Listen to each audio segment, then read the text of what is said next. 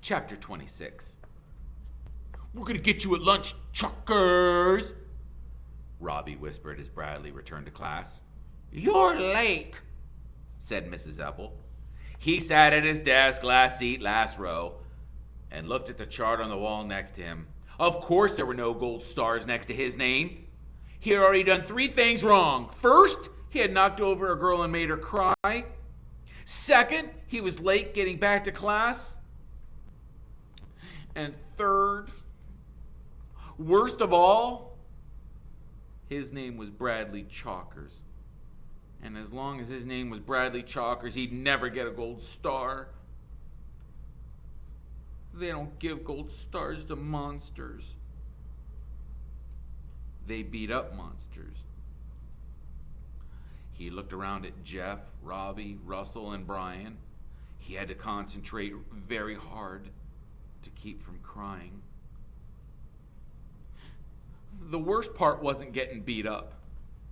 The worst part was that he knew everyone would love it so much. He imagined the whole school, the boys, the girls, even the teachers, standing by and cheering as Jeff's gang took turns hitting and kicking him. When the bell rang for lunch, he slowly took his paper sack out of his desk. "Could be waiting for you outside," Jeff said to him.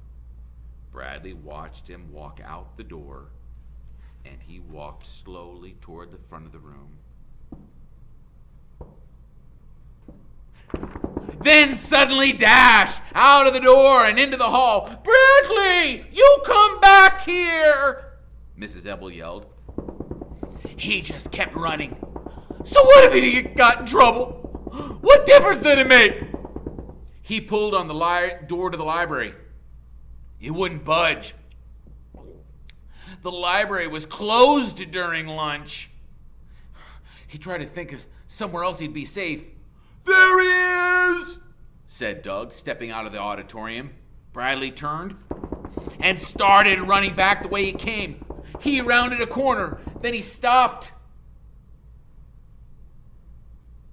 He made a quick and desperate decision. He opened the door to the girls' bathroom, closed his eyes, and stepped inside. He opened his eyes. Luckily, the room was empty. He held his breath and he listened.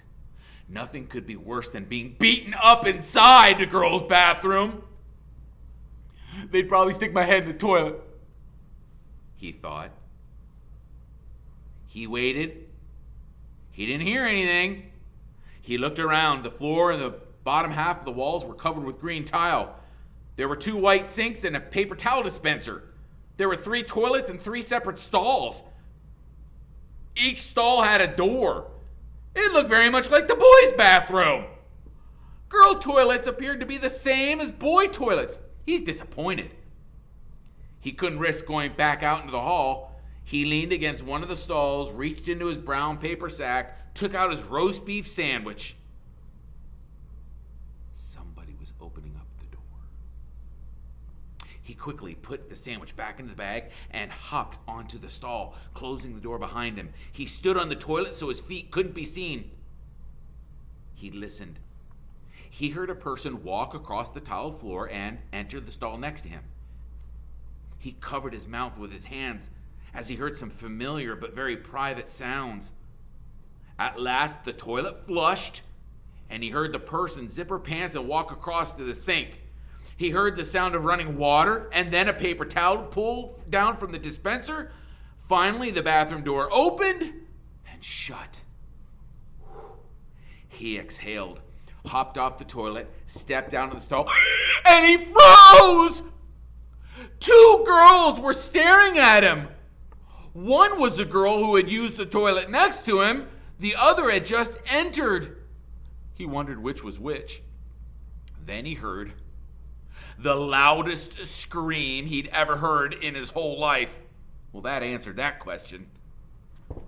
He darted past them, opened up the door, flew into the hall, ran with all of his might. He rounded the corner, came to a door, pushed it open. It opened. Bradley. "Hello, Carla!" He held out his hand. It's a pleasure to see you today!